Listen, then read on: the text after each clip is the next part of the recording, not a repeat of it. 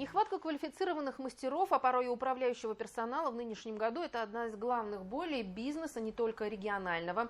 Как удается удерживать команду, обучать ее и транслировать ценности компании так, чтобы стандарты качества не проседали? Давайте поговорим сегодня в программе «Интервью». Здравствуйте.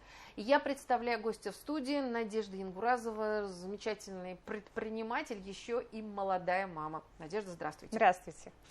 Надежда, мы сегодня обсуждаем одну из, на самом деле, очень серьезных тем. Это развитие бизнеса, развитие малого предпринимательства и каким образом его удержать на плаву в такое непростое время. Вот вам удалось масштабировать свое дело. Как, в принципе, вам пришла идея заниматься именно и открывать вот студии загара?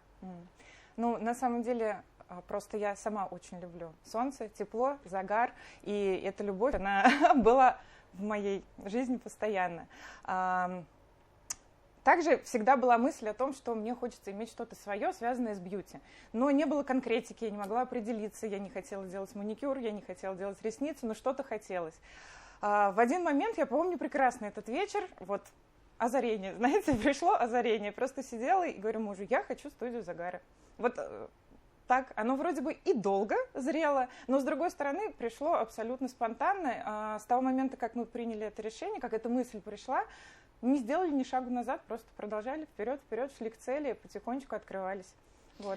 Но вот это один из ключевых моментов. Я хочу, так говорят очень многие, но дайте, я сделала, вот между этими двумя предложениями иногда проходит очень много времени. Вот как у вас этот процесс сложился, вообще насколько сложно или легко было организовать бизнес? Самое сложное было поиск правильного помещения, то есть локации. На самом деле это очень важно, иметь правильное местоположение студии, потому что под конкретные цели нужна своя локация. Это заняло несколько месяцев, я думаю, где-то месяца 3-4. После того, как мы выдохнули, мы нашли это помещение, на самом деле все началось складываться очень быстро. Когда тебя поджимают сроки, давит аренда, ты ускоряешься волей-неволей. Вот, на самом деле все потом шло по ступенькам, каждый раз, каждый день что-то новое узнавали, покупали, делали все своими руками, шишки набивали тоже на собственном опыте. Наверное, от идеи до ее реализации прошло около полугода, может быть, месяцев 5. Много шишек набили? Порядочно, порядочно. Но не было такого, чтобы захотелось бросить и уйти назад. То есть настолько кардинальных шишек, наверное, нам не попадалось. Либо мы очень стойкие солдатики.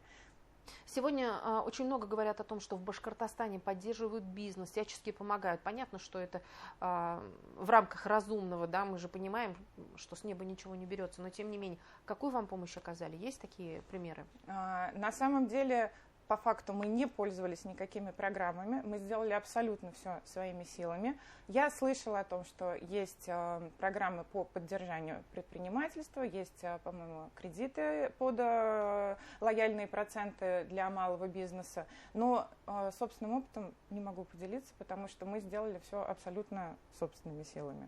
Знаю, есть знакомые, которые пользовались. Стартовый капитал откуда взяли? Сбережения? Сбережения, кредитование, все было. На самом деле были все лазейки, которые только можно было использовать, мы все использовали. Все, что копили, чего не хватило, мы добирали у банков, как и все живые люди. Формирование команды. Вот мы сегодня наше интервью начали с того, что на самом деле кадровый голод существует везде. Ну и я понимаю, что зачастую в найм идут именно молодые люди, да, и это поколение зумеров, как мы привыкли говорить. Как вы их находите, как вы общаетесь, как вообще нет ли текучки кадров? На самом деле вы очень верно подметили, с поколением зумеров очень тяжело, и текучка кадров есть именно с ними. За 3 года работы я поняла, что лучше искать все-таки администраторов чуть постарше. Это сложнее, это более кропотливый труд, это больше занимает времени, но это дает на самом деле больше результатов. Люди, которые уже не из поколения зумеров, работают более тщательно, они более ответственные и держатся на самом деле давно. У нас первый год я работала сама. и мне было очень тяжело доверить кому-то эту работу. Вот, я любила своих клиентов, я любила от и до консультировать, рассказывать, посвящать людей в мир загара. Мне доставляло это истинное удовольствие, я делала это от души. Когда начался поиск администраторов, молодые девочки не могли в это вникнуться. Чем, так скажем, за 25 и так далее, вот с ними было уже просто, они понимали, перенимали этот опыт и с удовольствием его транслировали. Вот моя позиция такая, все-таки выбирать немножко постарше, чем зумеры.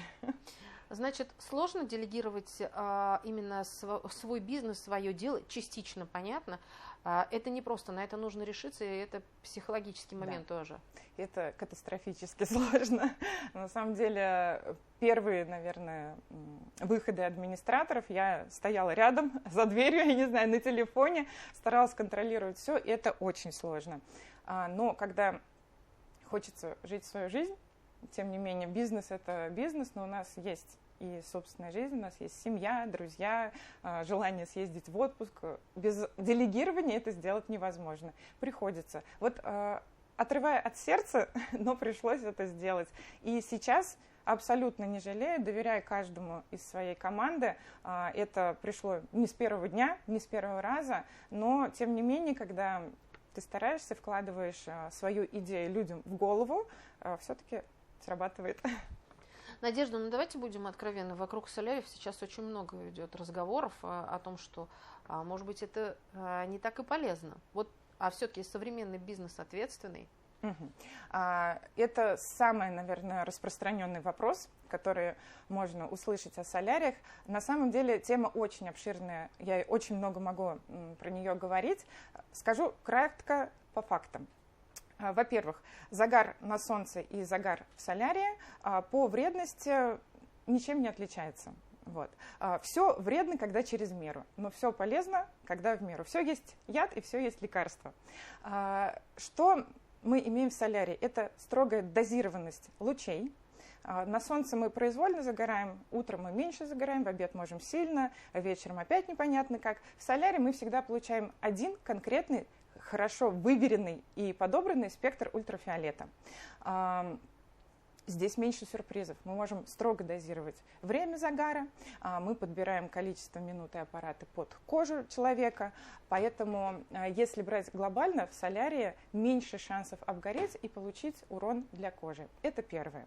Второе. Мы очень скрупулезно подходим к выбору аппаратуры, к лампам, которые дают непосредственно загар в солярии, и стараемся выбирать самые качественные и самые новейшие технологии.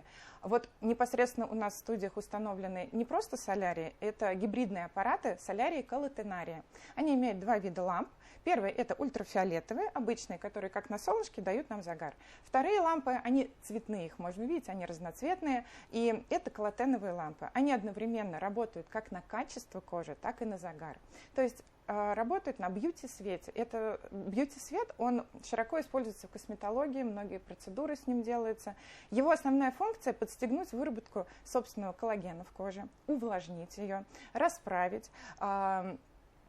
Тем самым загар ложится быстрее, на увлажненную кожу лучше, и нет чувства такого пересыхания, нет такого урона для кожи. То есть аппарат работает в двух сферах, как на получение красивого тона кожи, так и на улучшение ее внешнего вида и здоровья изнутри. Скажите, был у вас такой случай, чтобы вы развернули вот клиента, который к вам пришел? Вот сказали бы, вот, может быть, вы посмотрели перебор, что-то еще, или, может быть, количество родинок, да, вот как мы можем сказать, вот не его, вот, не нужно. Не единожды бывает, когда мы отговариваем человека вообще полностью от посещения солярия. Есть точные противопоказания, такие как, сейчас просто самые элементарные возьму, там, беременность, послеоперационный период, заболевания явные, допустим, там кожи или онкологии и так далее. Это четкие противопоказания, с которыми нельзя загорать. Если мы видим, грубо говоря, беременную девушку, мы ее стараемся отговорить от посещения солярия. Если человек приходит и хочет загорать сразу там 15-20 минут, да, простоять в солярии, мы четко отговариваем его это делать. То есть я категорически запрещаю администраторам сразу пускать незнакомого человека на такое количество времени. Мы несем ответственность в любом случае за результат. Поэтому я придерживаюсь такой политики, что лучше все-таки предостеречь, в каких-то случаях отказать клиенту, чем нанести ему урон. Да, такие случаи бывают, мы отговариваем.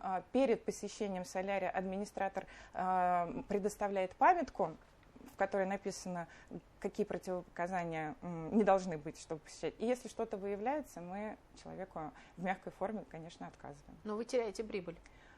Это не столь важно, как потерять здоровье клиента на самом деле. Надежда, какие перспективы рассматриваете вообще вот в современном мире сейчас, вот именно в нынешней ситуации? Есть какие-то перспективы для расширения бизнеса, как думаете?